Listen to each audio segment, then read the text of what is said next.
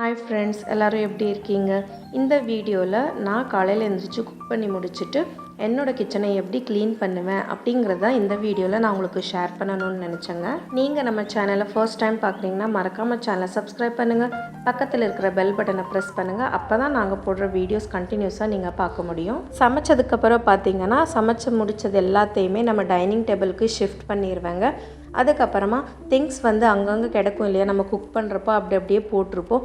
அந்தந்த திங்ஸ் எல்லாம் எந்தெந்த இடத்துல இருக்குமோ அந்த இடத்துல நம்ம கொண்டு நீட்டாக அடுக்கி வச்சிடணுங்க.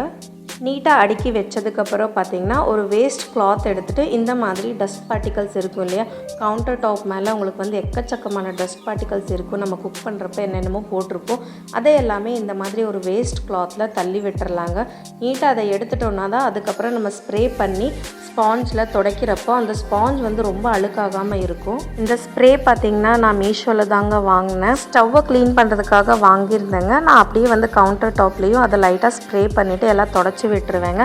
நம்ம வெறும் கவுண்டர் டாப்பை மட்டும் துடைக்கக்கூடாதுங்க, அதுக்கு மேலே வச்சுருக்கிற எல்லா ஐட்டம்ஸுமே தொடச்சி வச்சிடணும். அப்போ தான் எண்ணெய் பிசுப்பு இல்லாமல் இருக்கும். நம்ம ரெகுலராக யூஸ் பண்ணுவோம் இல்லையா, நம்ம கை வச்சுருப்போம் இல்லை ஆயில் அதில் பட்டிருக்கும். அது எல்லாமே இந்த தடவை நம்ம டெய்லி ருட்டீனில் நம்ம க்ளீன் பண்ணிட்டோன்னா நம்மளுக்கு டீப் க்ளீனிங் பண்ண வேண்டிய அவசியம் இருக்காதுங்க. இப்போ பாருங்கள், நான் ஒரு செக்ஷனை க்ளீன் பண்ணி முடிச்சாச்சு.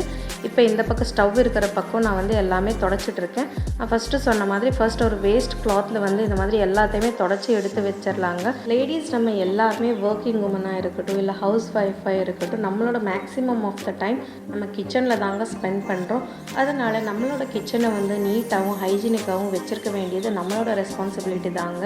டக்குன்னு நம்ம வீட்டுக்கு யாராச்சும் கெஸ்ட்டு வந்தால் கூட நம்ம கிச்சனை தாங்க ஃபஸ்ட்டு பார்ப்பாங்க. அதனால் நம்ம டக்குன்னு க்ளீன் பண்ணிட்டு இருக்க முடியாது. ஸோ நம்மளோட டெய்லி ருட்டீன்லேயே நம்ம இந்த மாதிரி கிச்சனை க்ளீனாக வச்சுட்டோன்னா நம்மளுக்கு அந்த பிரச்சனையே இருக்காதுங்க.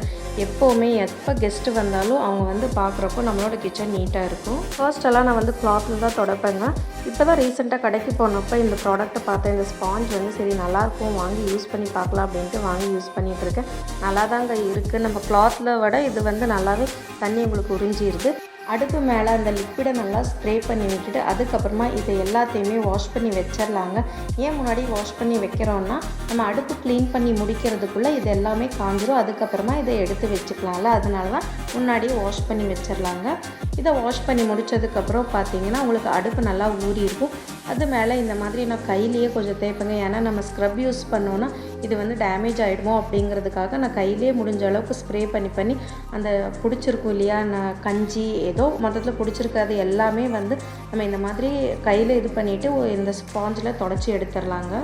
ஸ்டவ்வை க்ளீன் பண்ணி முடித்ததுக்கப்புறமா கீழே கவுண்டர் டாப்பையும் க்ளீன் பண்ணிடலாங்க. அதே மாதிரி ஸ்ப்ரே பண்ணிவிட்டு எல்லா பக்கமுமே நல்லா தொடச்சிடலாம்.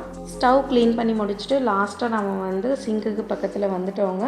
நம்ம கலெக்ட் பண்ணி வச்சுருக்கோம் இல்லையா, நம்ம கவுண்டர் டாப்லேருந்து அந்த சைட்லேருந்து இந்த சைடு வரைக்கும் கொண்டு வந்தது எல்லாத்தையுமே சிங்கில் தள்ளி விட்டுருவேன். இல்லைன்னா நீங்கள் முரத்தில் எடுத்து கூட டஸ்ட்பினில் போட்டுடலாங்க.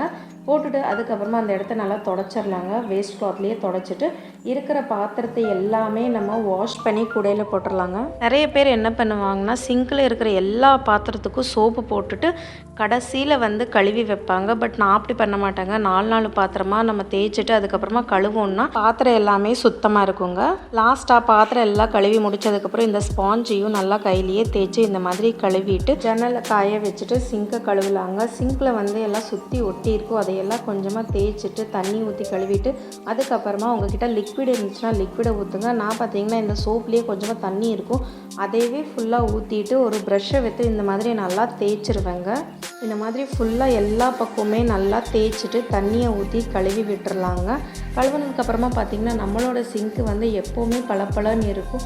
உப்பு கரையே கொஞ்சம் கூட இருக்காதுங்க. இதை நம்ம டெய்லி செஞ்சோன்னா தான் நமக்கு உப்பு கரை இருக்காது. நம்ம 1 வாரம் 2 வாரம் அப்படியே விட்டுட்டோன்னா அங்கங்கே பார்த்திங்கன்னா உங்களுக்கு வெள்ளையாக இருக்கும். ஈரமாக இருக்கிறப்ப தெரியாது, காஞ்சதுக்கப்புறம் பார்த்திங்கன்னா வெள்ளையாக இருக்கும். கடைசியாக பாத்திரத்தை கழுவி போடுற பேஸ்கெட் கடையிலேயே தண்ணி இருக்குங்க. அதை ஃபுல்லாக எடுத்துட்டு அந்த பேஸ்கெட்டை அங்கேயே வச்சிடலாங்க. ஃபைனலாக பார்த்திங்கன்னா நம்ம ஸ்க்ரப் யூஸ் பண்ண எல்லாத்தையுமே ஒரு வாஷ் பண்ணிவிட்டு எடுத்து வச்சுட்டு அடுப்புக்கு மேலே இது எல்லாத்தையுமே ப்ளேஸ் பண்ணிவிட்டோம். நம்மளோட கிச்சன் வேலை முடிஞ்சிச்சுங்க. க்ளீனாக இருக்குது பாருங்கள். என்னோடய கிச்சன் எவ்வளோ க்ளீன் ஆகிடுச்சுன்ட்டு. உங்களுக்கு இந்த வீடியோ பிடிச்சிருந்ததுன்னா கண்டிப்பாக வீடியோக்கு ஒரு லைக் போடுங்க. அப்படியே மறக்காமல் சேனலை சப்ஸ்கிரைப் பண்ணிவிட்டு பக்கத்தில் இருக்கிற பெல் பட்டனை ப்ரெஸ் பண்ணுங்கள். தேங்க்ஸ் ஃபார் வாட்சிங்.